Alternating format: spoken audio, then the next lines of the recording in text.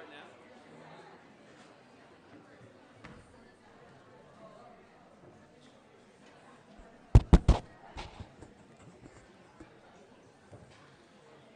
Okay, I think we're ready to start today's midday talk. I'll just introduce myself. My name is James Macgillivray. I'm a lecturer here at the Daniels faculty. And I'm very happy today to be introducing Michael Young to you. Michael is a teacher. He is assistant professor at the Cooper Union in New York, but has over the past 10 years, if not 15, been a strong presence in the North American pedagogy, having taught at Princeton, Columbia, Yale, SciArc, Syracuse, Pratt, and Cornell, and that's actually an abbreviated list, believe it or not. In addition to design studios at those institutions, Michael has authored courses in descriptive geometry, building technology and craft, digital aesthetics, architectural representation, and I think maybe most dear to his heart, and engaged with speculative realism and object-oriented ontology in order to see what it might mean to our discourse going forward. Michael is also an architect, and one, if I may say, who's distinctly committed to building buildings. Together with Young Ayata, Michael is a founding partner of Young Ayata, an office responsible for 10-plus years of incredible work. The office was among the 2 finalists for the new Bauhaus in Dessau in 2015. They are also recipients of the Design Vanguard Award from Architectural Record and the Young Architects Prize of 2014 from the Architectural League in New York. But more than these 2 things, I think perhaps due to their pedigree in descriptive geometry and digital culture, and also their deep commitment to art and aesthetics, Young Ayata's work is at once extremely rigorous and complex, but also compositionally satisfying and quite simply beautiful. And more than the teaching and the building, I think one thing that I always think about when I think about Michael is that he's extremely adept at going between the various territories of intellectual and architectural thought that exist in the discourse in present day. Maybe it's his sunny Californian disposition, but if you had a Venn diagram of all the different circles and cliques and movements that we have today in architecture, Michael would not be on the outside of these circles. He would be right in the almond-shaped intersection in the middle, or even the triangular-shaped intersection in the middle. And I'm very happy today that he is in the Toronto circle, and I hope he comes back to this circle again in future. And without any more, I will leave the floor to Michael. So let's welcome Michael.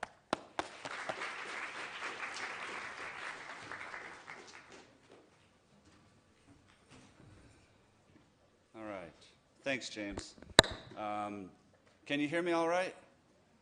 Like when you're saying that Venn diagram, the thing that comes into my mind whenever I think about Venn diagrams, do you remember the Ali G show where he's trying to sell the ice cream gloves? Does anybody remember this at all? No. It'll fall on totally deaf ears. It's always nice to start with a joke that falls flat. But anyways, I'm going to tell it. So the Venn diagram of all the people who like ice cream and then all the people who have hands.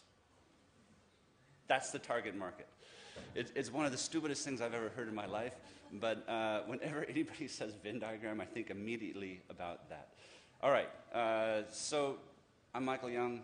Thank you, James. Thank you, Vivian. It's great to be here. It's my first time at the Daniels School of Architecture.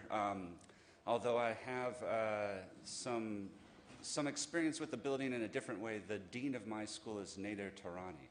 And so he's been talking about this building and very proud of this building, and I'm happy to be here today, and it looks like you guys have a fantastic school. All right, so I'll get underway. You've been looking at this series of words here, and you're probably getting scared. Yeah. What are you going to be afraid of? I don't know. I mean, you probably weren't expecting that, though. So what do we have to be afraid of from Frank Lloyd Wright and Mies van der Rohe? These guys seem like they're a pretty stable, necessary part of our architectural past, and well understood and well established within the discipline. But what I want to start with here, and what is the initial kind of proposition of the talk today, is that architecture has been having issues with the image for centuries.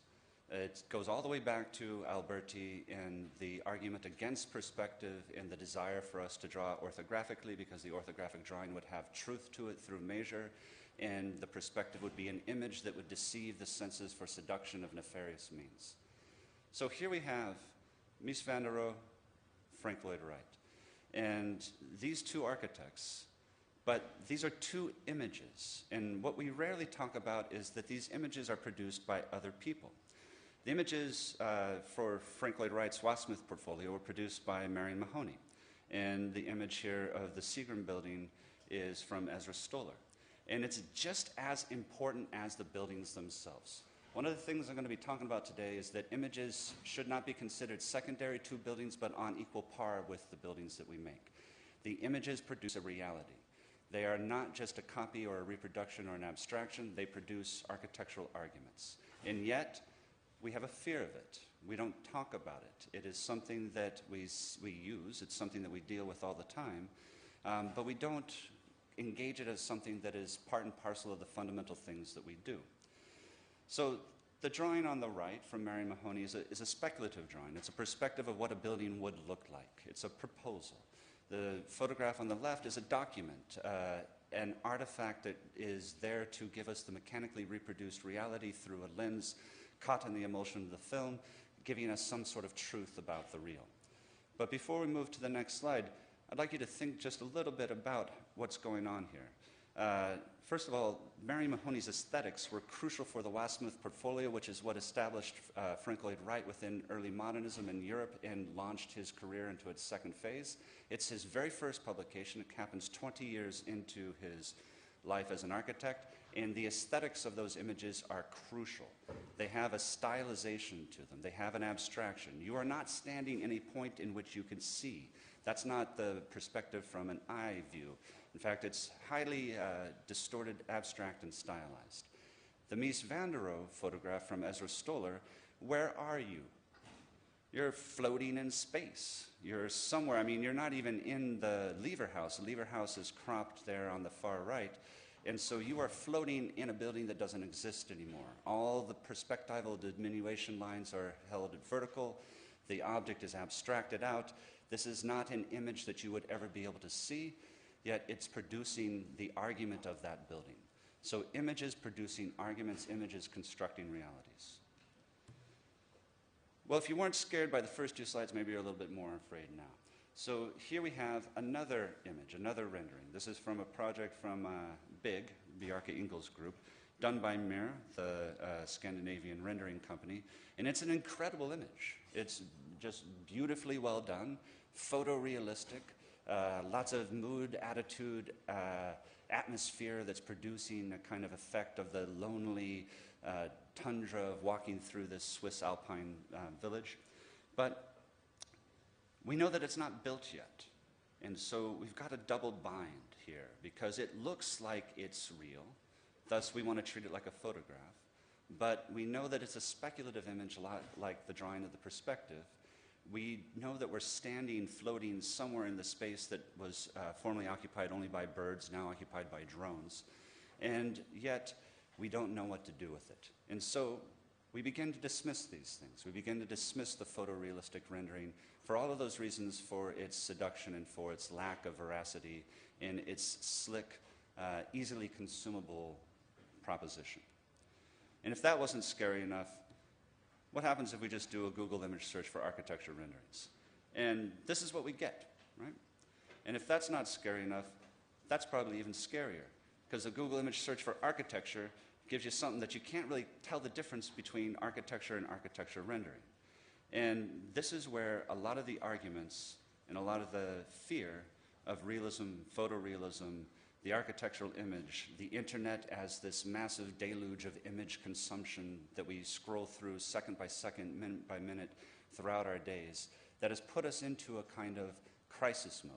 The crisis mode with architecture is always there, but there's something that is brewing and happening today, which is this crisis of the image, the crisis of image dissemination, the crisis of image consumption via our modern technologies of the internet and Google image searches.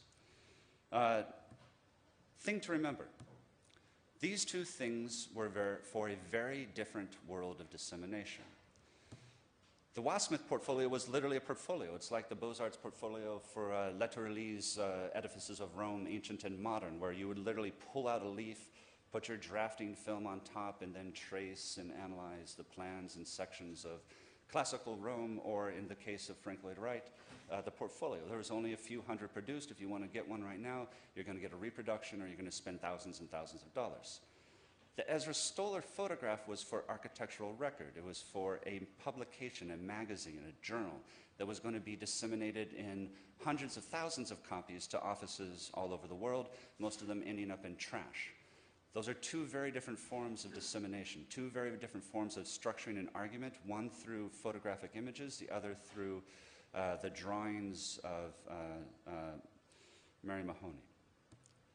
And this is a radically different form of dissemination.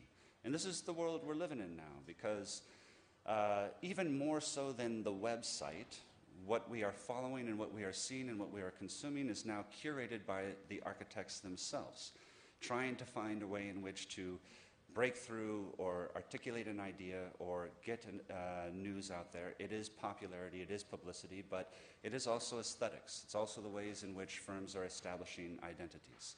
Is there any discourse here, is one of the questions that is asked quite often. And it's hard to see, or hard to find, or hard to know what exactly that discourse will be. But we do know, or at least I would argue, that we must engage it. Just ignoring it and moving on is somehow not an option available to us anymore. So what are the ways we can move on? Here's one proposition. This is from Andrew Kovac's Archive of Affinities. This is a project that Andrew started when he was in graduate school at Princeton, just basically collecting every single architectural B-side that he possibly could, that he could find in any publication, in any journal, in any magazine, in any book, and scanning it. Producing a huge database. The only curator is Andrew Kovac's, but what then comes is, how do you make sense of the affinities? They could be affinities of plan geometries. They can be affinities of color. They can be affinities of advertising. They could be affinities in many multiple ways. But once the internet is seen as kind of a flat hierarchy, a flat ontology of equal access without the master curator, how do you make sense of this? Because you must make sense in some way if you're going to build discourse. And one other proposition. This is a thing that happened to me randomly when I was putting together a lecture on Malevich. And all of a sudden this comes up. This is Malevich's white on white. I don't know about you, but there's not a lot of white on white here. There's some peach and some mauve and some greens and some pastels and some other tones.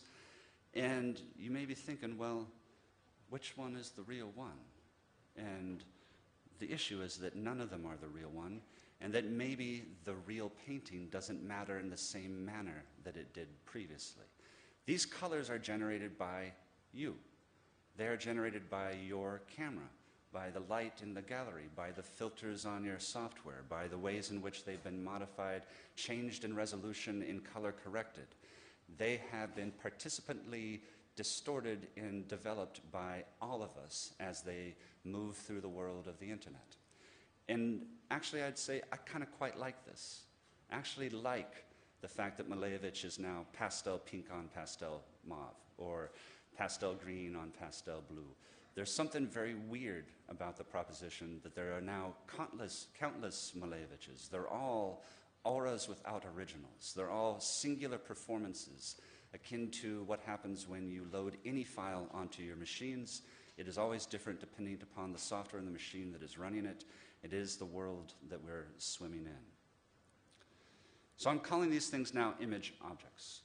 And I say that because usually we treat the image as the copy of the object, but what happens when the image is the object? What happens when the image enters into a tension with the reality, a tension with the real?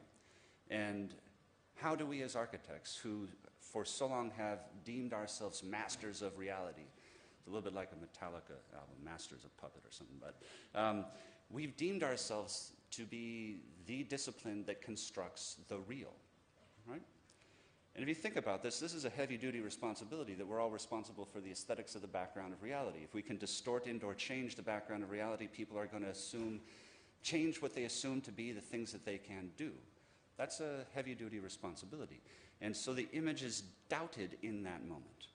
But half of what we do is create images of the ways in which the near future could look other than we assume it to be. We are speculative near-future science fiction artists. We do buildings, but we also create all of the desires, all of the conditions, and all of the possibilities, probabilities, and plausibilities of the ways in which the world can be different. So can we treat the image as an object, or can we put it in tension with the ways in which we understand what we do?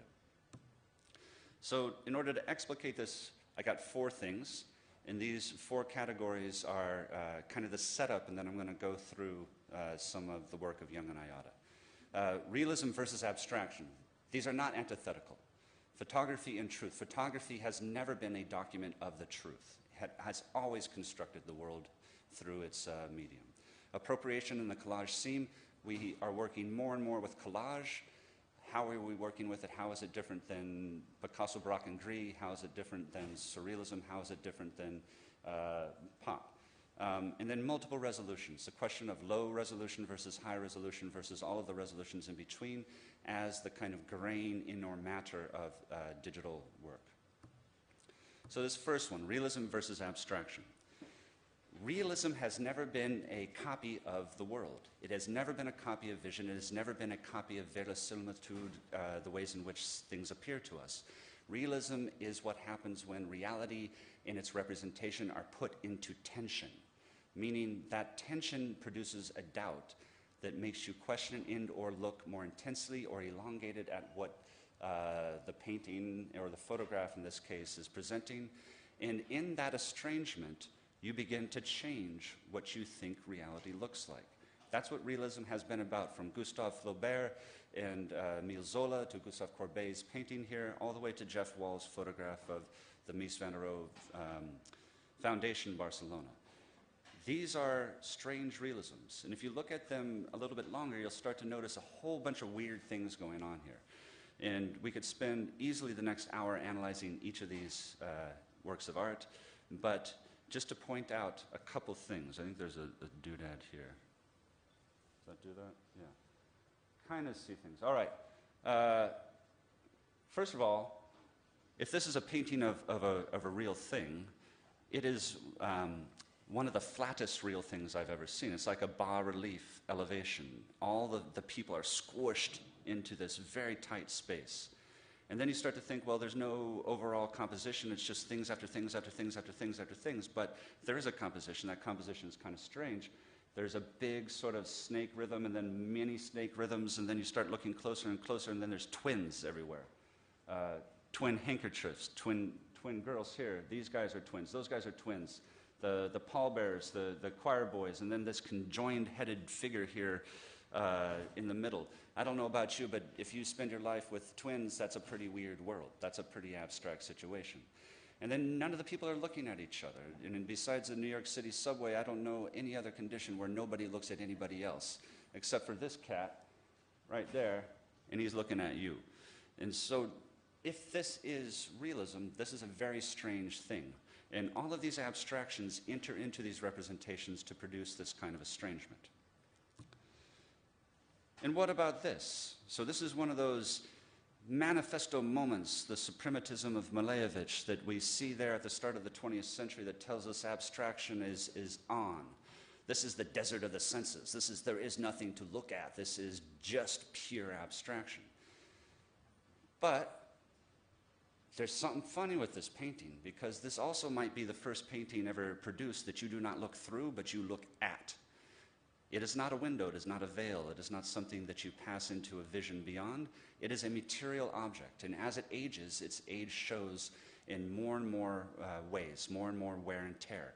It becomes a real thing, a profane thing, a thing of the world, an object of the everyday. It is a kind of realism. It is a material artifact. So another artist that's working in this tension between abstraction and realism. This is the Dutch artist Harmen Brenthauer. Harmen Brenthauer for 30 years has done only two things.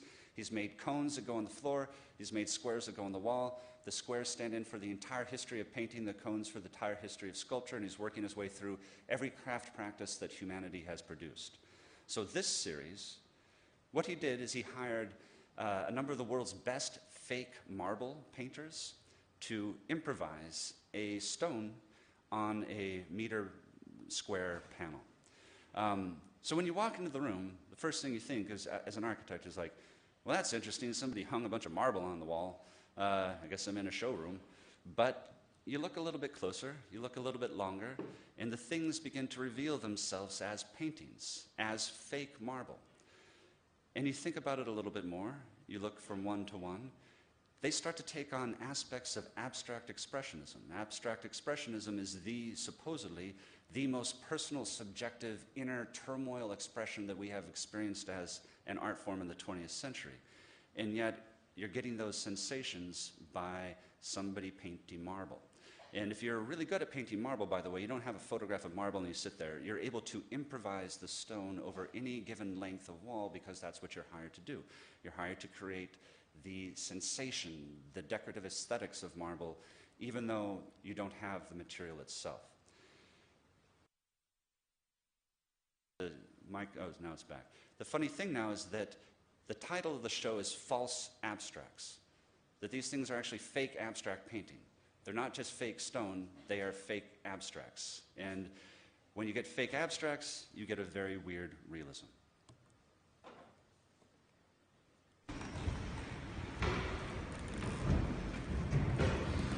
Don't really need this sound for this. So, all right. So now you're in a gallery in Copenhagen about a month and a half ago, and you see two rocks and a mirror in between the two rocks. Let's play this again. Now, the funny thing is, you can't have two rocks that are identical. I don't know, again, the twin problem, right? I don't know about you, but most rocks come in a singularly form of appearance. And yet, there you go, two rocks. Well, one of them has to be fake and one has to be a copy. One has to be real and one has to be abstract. But I'd like to know which one, please. Because I'm not sure. I mean, you think it could be this one, what looks like the stone, but we could obviously hire those marble painters to come in and paint that rock and do just a fine job. And the other one could be the real rock just dipped in silver. But you're unsure. You don't know. There's a doubt that's created. There's an abstraction in the realism that forces you to look with more intense and elongated focus at the world around you. And that's actually what aesthetics is. Aesthetics is that elongated, intensified attention. All right, photography and truth. So here I'll start with Bernard and Hilla Becker. The Beckers, incredible photographers, and we see this set of former industrial buildings that they would document throughout Germany in between the 1960s and the 1980s. And one of the things that people say, well, there's a kind of veracity, there's a kind of truth to what they are documenting. The photographs are almost like elevations. Architects love them because they look like elevations. They are flattened, they're taken head on, the angle is too high for an observer. But then you think about this and you look at this a little bit longer. All the skies are the same. There are no shadows. The detail is refined to a very specific grain in every single photograph, and they're always presented as series, as a kind of abstract serialization tied to minimalism and conceptual art. So there's a high degree of falsity in creating the truth that we observe with this set of images. And it puts that kind of question in doubt. What is it that I'm looking at that forces you to look at it longer? Photography has always done this, whether it's pre or post, whether it's the way in which the image is set up to be captured or the way in which the image is manipulated after. We have a mistake that we've made when we've connected the iconicity and the indexicality of photographs and said that that makes them true records of the world. they have always involved in shifted manipulations. The other thing that the Beckers did is they trained a generation of photographers. Andreas Gursky, Thomas Struth, Thomas Ruff, Candida Hofer, Jorge Sase here, one of their students. Some of the most important photographers practicing today are the students of the Beckers. So here's a photograph, an image from Jorge Sase. And the interesting thing about it is you accept it, right? You accept it as a reality. This is a collage. This is 5 photographs. Each of them layered on top of each other. Even the blur of the Ferris wheel or amusement park ride is created by the artist. And so once you know that, or once you look at it long enough for it to begin to reveal its artifice, you're beginning to understand when and where and how does photography produce truth, and what are the ways in which it does that through its aesthetics. This gets even more intense when we move into something that's called parafictional art. So this is Joan Fontcuberta. Joan Fontcuberta is a Spanish artist, a Spanish photographer. With the fall of the Soviet Union, there was a number of files that were opened up to eyes to look at for the first time in generations.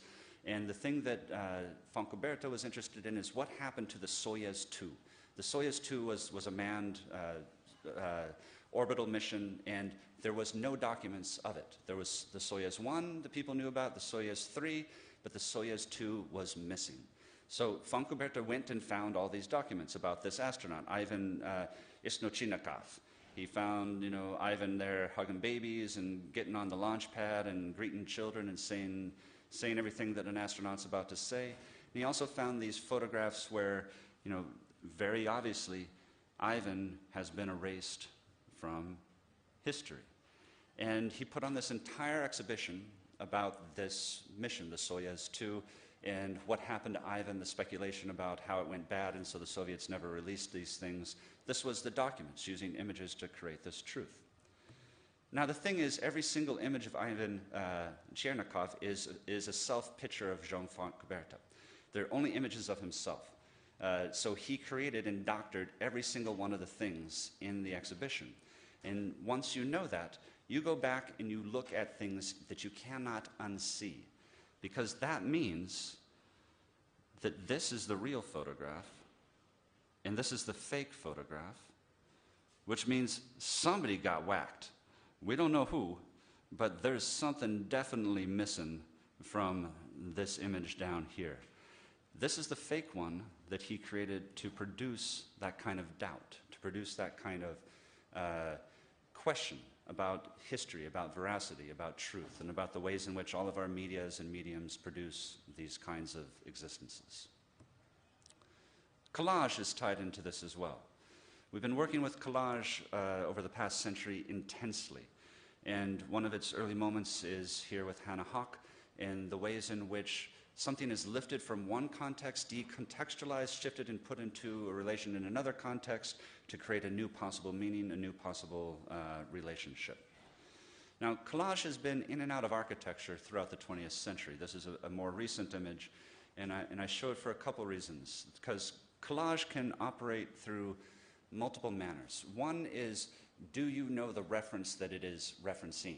It's a little bit like girl talk. You need to know Jay-Z, the Beatles, and Ozzy Osbourne to hear them all together to understand what the mashup is doing. So here you need to know David Hockney and you need to know Mies van der Rohe. It's operating in that kind of pop reference. If you know the reference and then the two tastes, when they taste together, taste in an alternate manner, the collage is producing its friction. Other ways in which collage has been used quite often in architecture is to heighten the seam or the edge, to expose its artifice, its falsity. And this can either be that the context is real and the building goes abstract, or the context is abstract and the entourage and artifacts and objects and the building goes super real. But there's something in this expose of the tectonic of the assembly of the collage by exposing the seam that gives it what is supposedly its purpose, its criticality, its ability to comment on social, political, utopian themes. But what do we do when we have something like this? This is Philippe Schier. He, for a long time, was the head of rendering and imaging at Herzog Demeron. About 15 years ago, he went out on his own and began producing images like this. Because this looks like a photograph of a thing, Again, back to this question of the image in its reality. But this is not a photograph. This is a collage. It is purely assembled in Photoshop. Every single thing is a superimposed, cut, clipped image to begin to produce the final photograph. So you are receiving it not within the language of collage because the seams have been concealed, the seams have been blurred, the seams have been dealt with at a level of resolution that you can no longer see the edge.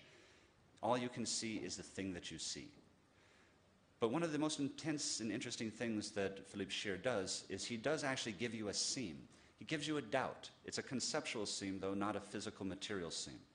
If you look at this long enough, check out some of these things, right? Because this weathering pattern is exactly the same as this weathering pattern. And I don't know about you, but most things don't weather in twins. Do you really think there's some kind of nice little cafe sitting somewhere next to this? Also with that thing in the background? The reflections themselves are producing a doubt. And then look at this. All that is that thing stretched. You take that little thing, stretch it. Take that little thing, stretch it. So he's actually revealing it all over the place. He's revealing the artifice. He's just revealing it at a different grain. And he's asking you to trust, in a way, the veracity of the image that you're looking at as a potential real. But within an uncanny strangeness, he's also asking you to doubt that which you look at. All right, the last little preamble here. This is another student of the Beckers, Thomas Ruff. And this is from a series he did called JPEGs. And what he did is he found JPEGs, he appropriated them from the internet, he didn't take the photo, and then he blew them up super big. So a JPEG has X amount of resolution down here when it's whatever, I don't know, a couple kilobytes, then boom. And so you see the pixels, right? Now, this one is the high-res version. This is the low-res version. This is 14 megabytes. This is 40 kilobytes. And I think this is so hilarious, right? I know that you're laughing inside, even if you're not laughing outside. Now, the only reason I have a high-res version is I'm writing a piece on it, so I have this high-res version. But this will make a little bit more sense. This is the high-res version. This is the low-res version. Now, that makes quite a difference. Because actually you realize, as you zoom in on resolution, that the low-res image he's giving you is actually insanely high-res. Because he's actually controlling multiple resolutions of pixels within the image. There are images inside of images inside of images. And it's not one resolution of low resolution, and it's not one resolution of high resolution looks like our vision. High resolution is a misnomer. There's no such thing. There's just the resolution that our eyes no longer pick up the pixels, right? That's all it is. If you get close enough, it goes low. In fact, even everybody looking around, and I get this more and more now that I get older and my eyesight's going, I'm realizing that there never was high resolution. Even our eyeballs are not seeing things they need to see. One other thought on this question of resolution. This is from a recent series from Rue Klein, and it's an aerial photograph. And with our world of Google Earth now, our God's eye view, we tend to think more and more about reality as documented through satellites. But think about what those satellites are doing. Anything you do on Google Earth is not one satellite just circling around the world giving you the real. That satellite is giving you pixelized resolutions of collages of different times, of different days, of different seasons, all kind of smashed in. And there's nothing better than zooming and rolling your little scroll bar on your mouse into Google Earth and watching the resolutions flicker as you get closer and closer. Audio resolution. So this is, you've been looking at it a little while. Looks kind of weird, doesn't it, right? Well, this is what you're looking at. You're looking at the Himalayas in downtown LA, Dodger Stadium, convolutionally neural networked together. So there's downtown LA. So the form is coming from the aerial view of Los Angeles, and the style or the features are coming from the Himalayas. And actually, Vivi and James have been doing some extraordinary work with convolutional neural networks, and have been fascinated to see what they've been doing in recent years. But this is a collage? Maybe? I don't know. What do we want to call it? Because it looks like a real thing. It looks like a real world. And if it is a collage, it's done at such a fine grain of resolution that you would never be able to find the seams. There's nothing there for you to put your fingernail under and pick up. It is a new kind of woven artifice. And it is part and parcel of the ways in which we are working and dealing with the world today. Okay, so 107, keep going. All right, so now I'm going to show some projects from Young Ayata. And each of the projects I'm showing, I'm only showing 4, and only from the last few years, because I want to try to tease out a few of these themes that have been here within the first part of the lecture to show how they've affected and infected our practice. So one's an art object, another is a detail, a third is a building, and a fourth is a competition proposal that we lost. Okay. So the first one I'm going to show is about a flower vase. Now, flower vases have to do 3 things. Okay? They have to pose the flowers into a specific posture. It's different if it's a large arrangement versus a bud vase, and it has to arrange, the flower vase has to arrange those flowers. Second, it has to hold water because it has to suspend the living thing you just assassinated for your aesthetic pleasure. So it has to hold some water to elongate and let that thing at least aesthetically live while it's dying. And the third thing is it has to, or it wants to disappear so that you see the flowers and not the vase. So what we designed was a flower vase, and here's a few of them. And the flower vase was a series of 5 vases, all kind of bundled up and nestled together, that then you could tumble into multiple different arrangements so that the idea of character or posture would be in the vase itself. Some of them curious, some of them slouchy, some of them shy, some of them lazy, all of these different figural characters into the flower vases. Here's the little small ones that were 3D printed in plastic. They're bud vases. Some of them were then printed in porcelain, and other ones were flocked and covered with a kind of sand and pumice, and then they kind of huddled and stacked on top of each other. And then there was these larger ones that were multi-material 3D printed with a embedded kind of tattoo of a coral pattern that kind of hovered within the translucency of the material. Now, all of that's actually the ruse, the vase, because what we were really interested in was making fake flowers. So we jacked into all these flower vases our own flowers that we invented. And they're hybrids of biological, technological, geological, animalistic sorts of things. And you don't notice them at first. In fact, during the exhibition, people were walking around and looking at the vases because that's what you're supposed to look at, the vases. But then somebody eventually went, and they said, oh, all right, that's not real. But is it?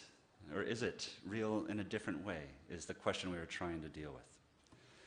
Now, at the same time we were doing these, we created a series of what we called microscopic scans of the flowers. And these were another completely made-up thing.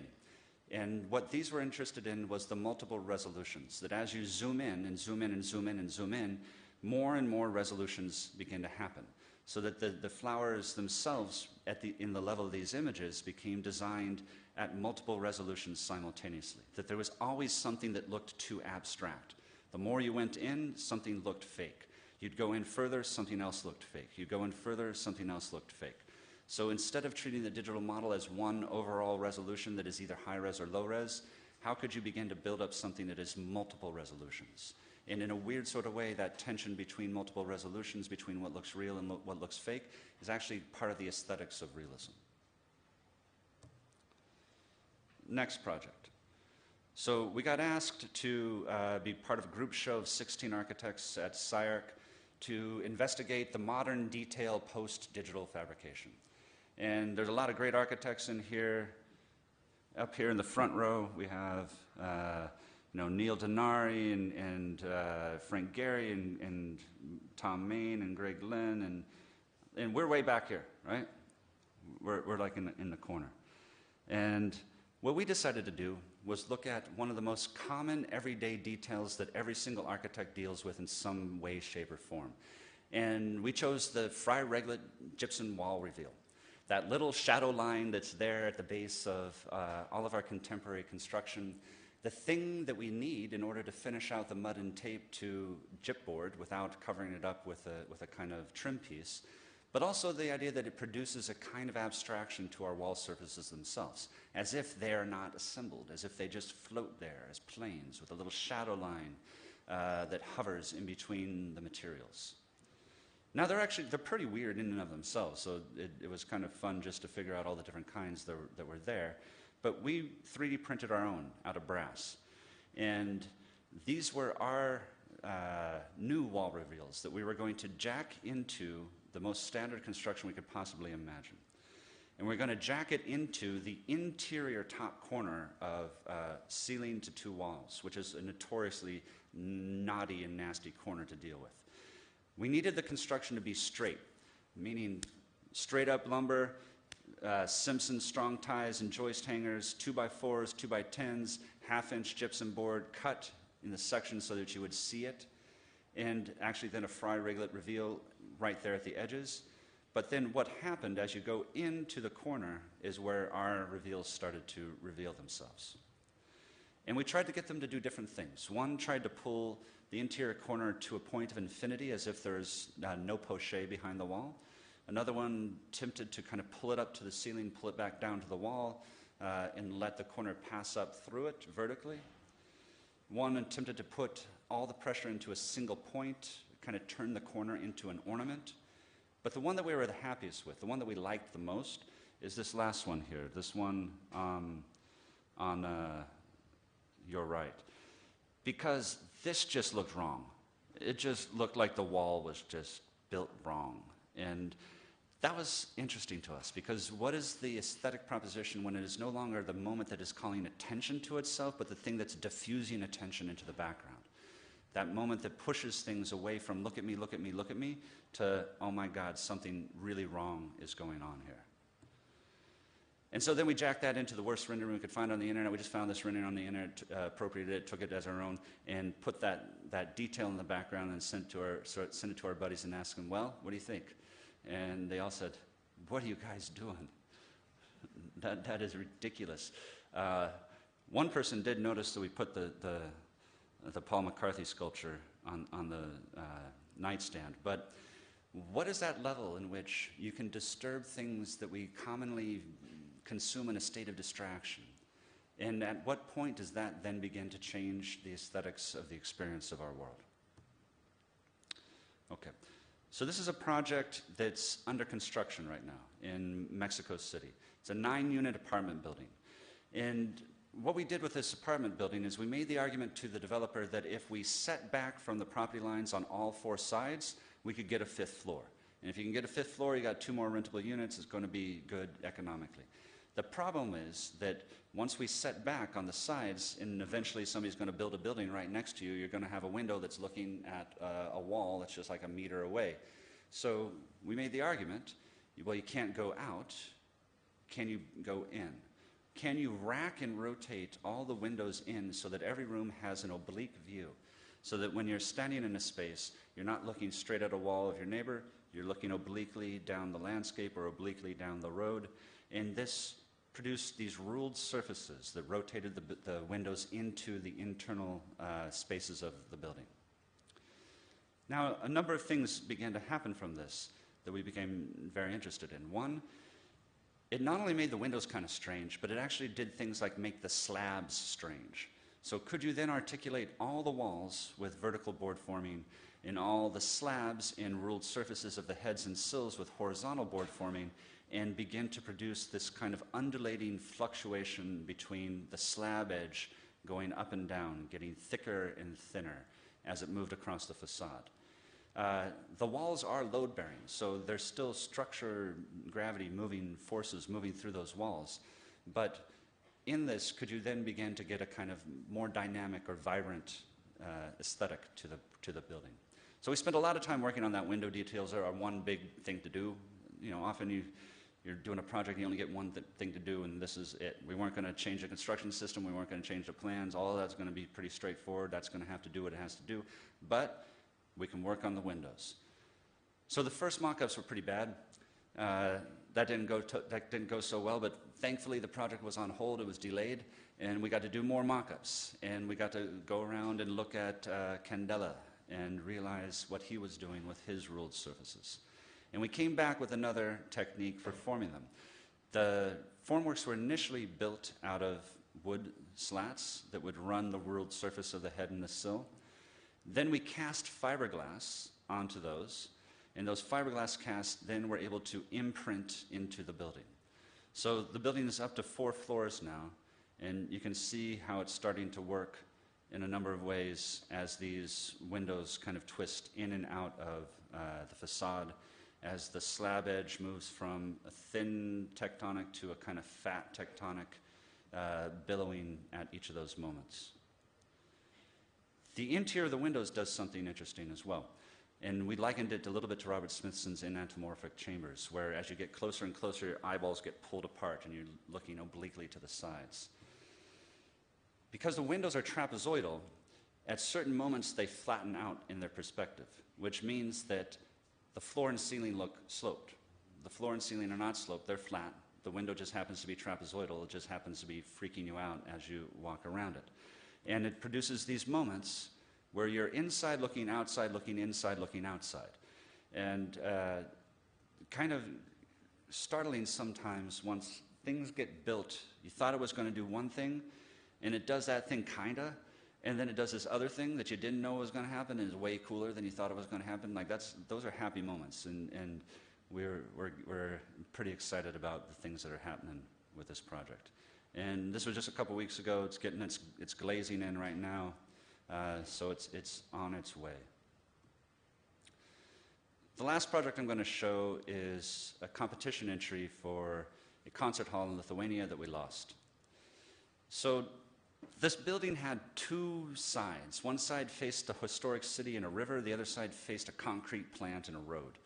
And we wanted the building to have radically different character from each of the sides, from each of the approaches. So from the back side, from the road side, there's this kind of big concrete and slate, almost Marcel Breuer-like brutalist rectangular building. And then from the riverside, there's this strangely clipped, cut, abstracted facade of reflective glass that's reflecting the city that's behind you back into the building, both formally and literally. And in order to do that, we had 2 buildings that came together and just touched each other at a very small moment that formed a bridge and formed an arch and allowed you to get these 2 radically different experiences. That's where they touch right there. So there's 2 main theaters, 2 main auditoriums, black box performance in a main auditorium over here.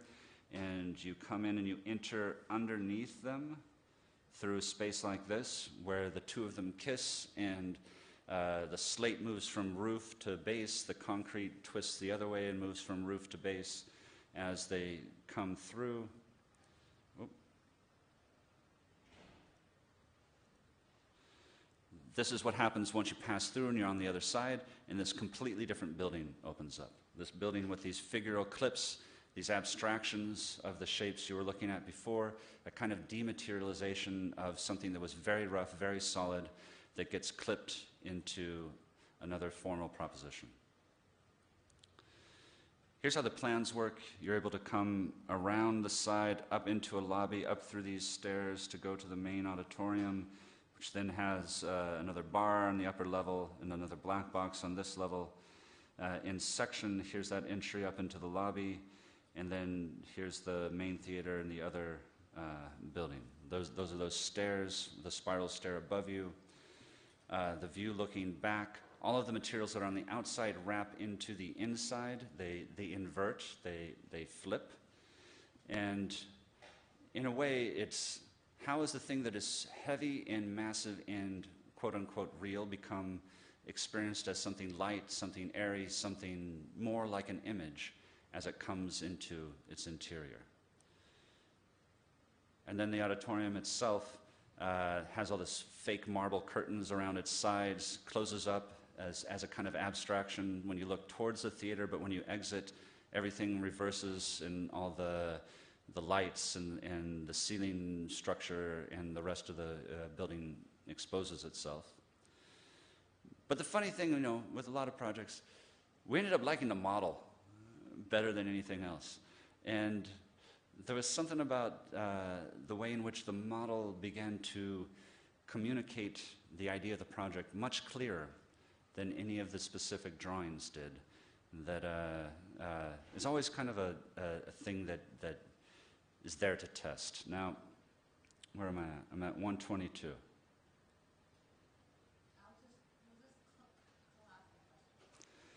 You know what? I'm gonna let's stop here. All right. I'm gonna stop here. There's one other thing, yeah, but I'm gonna do this for your class. Is that cool?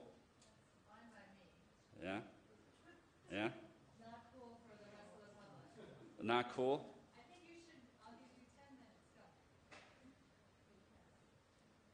Go. All right. Monitoring time. Okay, so we entered this competition for the Bauhaus Museum in Dessau, Germany, a couple of years ago. We were lucky enough to be one of 2 winners. I don't know about you, but anything that has 2 winners is obviously immediately suspect. Yeah, think about it. How many times? Oh, it's the with the 100-yard dash at the Olympics. Oh, there's 2 gold medals. Yeah, it doesn't work that way. Anyways, we won it and then we didn't win it. And the other team that did win it but really won it is the team that's building it right now. But for what we did for the Bauhaus Museum is we knew we didn't want to do this. This is great, this is fine, this is Gropius, this is the workshop building, it's an amazing thing, but they've already got one, and they don't need another one. And if there's anything that the Bauhaus stood for, it's not that it would repeat its legacy by copying its legacy, it would repeat its legacy by challenging its legacy. That's one of the fundamental issues with its pedagogy.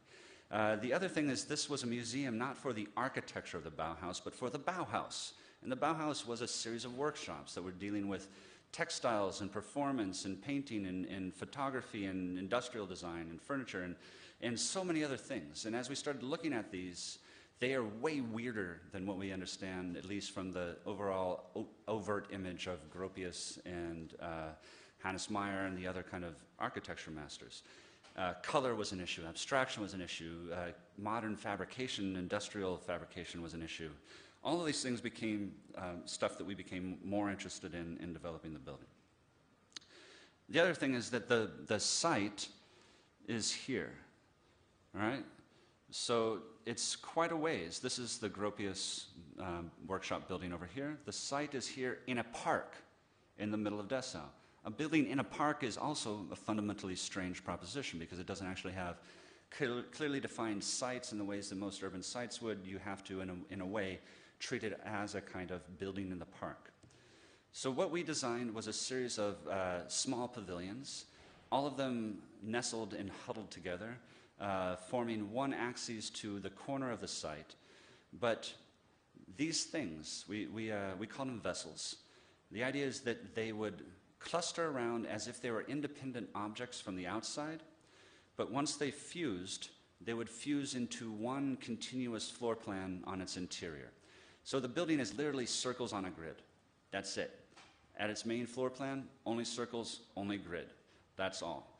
But its articulation becomes rather different than that. So each of the vessels is just rotated and then clipped at a different angle to create the difference in profiles from outside. There's a datum at the floor level where all of the geometries kick back to make these pedestals, to make these feet, that allows you to walk underneath them in any different possible arrangement through the park. You can see that as a view down the street.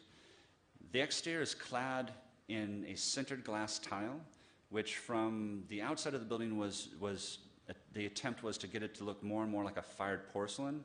And as you went into the courtyard to get it closer and closer to a textile sort of glitch patterning.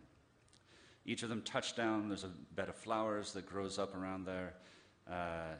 There's the glass tile. This is Archaic. It's a company out of Boston that's just robotically laying tiles to whatever patterns or images you're creating. Here we can see the floor plan again.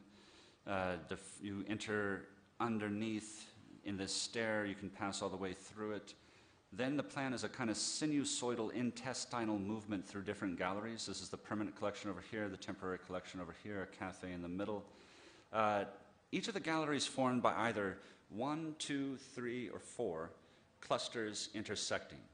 And this was important for the experience of the inside versus the outside, because the outside looked like a series of independent vessels all clustered together. But as you moved inside, each of those fusions created something different. So here's the stairway up, the cafe, the only spot where the tiles wrap into the interior. The main gallery floor, you can start and see in section how some of these vessels funnel together to create skylights. It's actually one concrete base that's all poured as a single structure, and then these are hats. They're wood lattice hats that sit on top. So it's just a light timber frame on top, packed with hemp for insulation, clad in recycled glass for the exterior. But the thing we were interested the most was how would these then produce very different kinds of interiors. So as you walked around this single floor plate, each of the fusions of these vessels would create different kinds of interior experiences. I'm missing a slide here. Oh no, maybe it's there. So that you would never quite know if you're going from 1 to 2 to 3 to 4, the clustering in and of themselves would begin to present a unique experience circulating through the project. So that's the other one. That's the one that won one. One, not one. And so yeah, I don't know. We lost, but fortunately, in 2037, they found out that there was an excess amount of radiation, electromagnetic radiation, that was in Dessau. And this had produced some social and ecological problems. And a team from the University of Micronesia found a way in which to tap into the excess radiation to drive an unnatural oxygenation of trees. And so they ended up using our project to spur this on. And they published this article in Natura, the International Journal of Science stuff. This was the article. They did all these studies. They had, like stress tests. This was the tree mechanism. Here they are kind of tapping the trees. This was the electromagnetic field that was being generated around the building. Here was the kind of cell decay that was going on through each of the chlorophyll. And then here there was a different layout for how they tapped into each of those trees and monitored them. Another radiation drawing.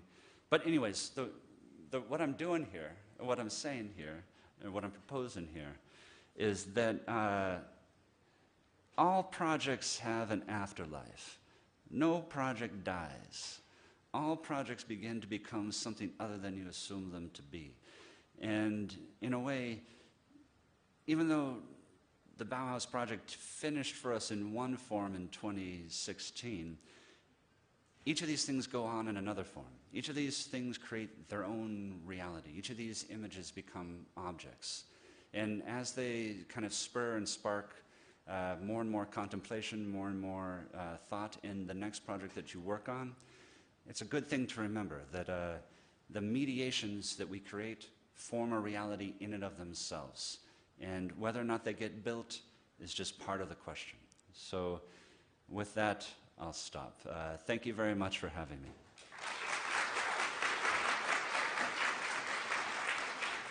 Time for one question. If anybody in the public has a question, I'd like to open it up. And for those of you in my class, you'll have plenty of time for your questions. Oh, yes.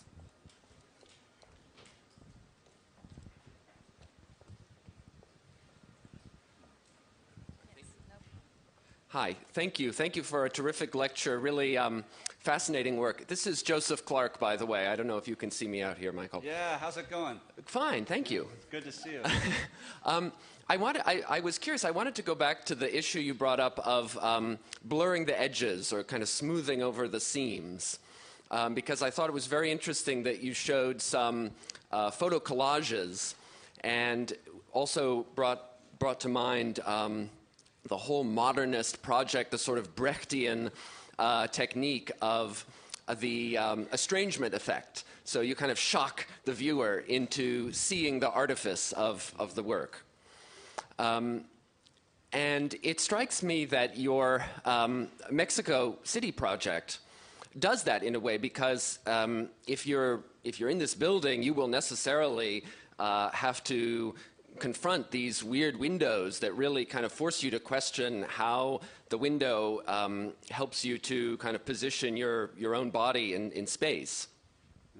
And so to me, that's a very kind of critical project.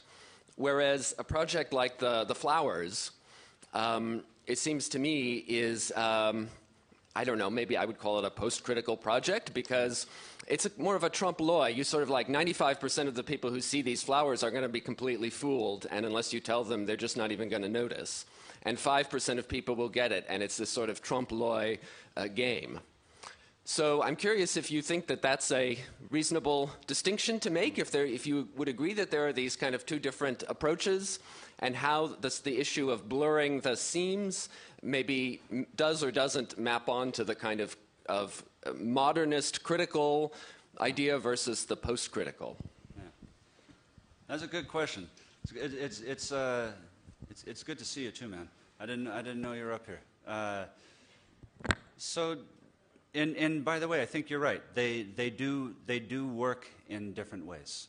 I think that part of it is that so the issue that you bring up with the windows and the way the windows work in the Mexico City project, and the kind of they do produce a rupture in perception, and we could call that a kind of seam, a kind of expose of the seam that produces that shock or that kind of juncture.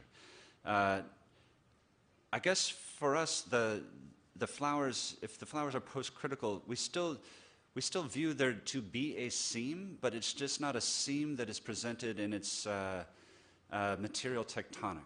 What we liken it to is a kind of conceptual seam, that there's a moment where if you're there and you realize, oh my God, I've been spending all my time looking at the vases when I really should be looking at the flowers, there's a seam. Now maybe only 5% get it, I don't know. The thing that we always hope is that once somebody gets it, they go over and like they grab their friend and they say, come over here, check this out. And then you look at it closer. So I think for us, part of the blurring is to find ways in which that rupture, that juncture can be placed elsewhere than to wear it on our sleeve as a kind of pop abstraction. There's a number of, I didn't show any things like this today, but we all have them in our minds, I know. Collage has been moving in and out of architecture throughout the 20th century, and there's a current slew of collage work going on, which is kind of Pop 2, or Pop 2.0, if we want to say something as silly as that, where it's now not only using the kind of collage juxtapositions of the appropriation of everyday things and the sacralization of them, or the profanation of sacred things. There's now also the literally to use pop art again. David Hockney seems to be very, very popular right now. And I think that that's too easy. I don't actually think that produces the problem or the doubt. It's will collage be able to rupture in that manner the way that it did when it was initially propositioned in the early 20th century? I don't think so. But we are all collage artists. Everything we do on a machine when we produce our images is a form of collage. And the question I think we're trying to ask is, can you displace the seam or the reveal of the artifice from the initial upfront condition that's seen to something that then happens later, that happens after you believe it to be real, after you believe it to be whole? You realize, oh my God, there's a doubt here. There's something very wrong here. There's something different that I haven't accounted for that I need to be able to. So are the two of them different? They operate differently, but I guess they exist along a spectrum for us, at least in what we're trying to do with the work. But then again, there's always that kind of thing when you do it and then something you didn't imagine or didn't predict would happen happens in a different way. And I love those moments. So, yeah, thank you.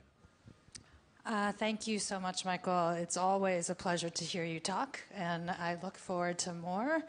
And thank you for attending our Midday Talks. Next week, please join us again, same time, same place, for Jeanette Kuo, who will be visiting us from Zurich. Thank you. Thanks.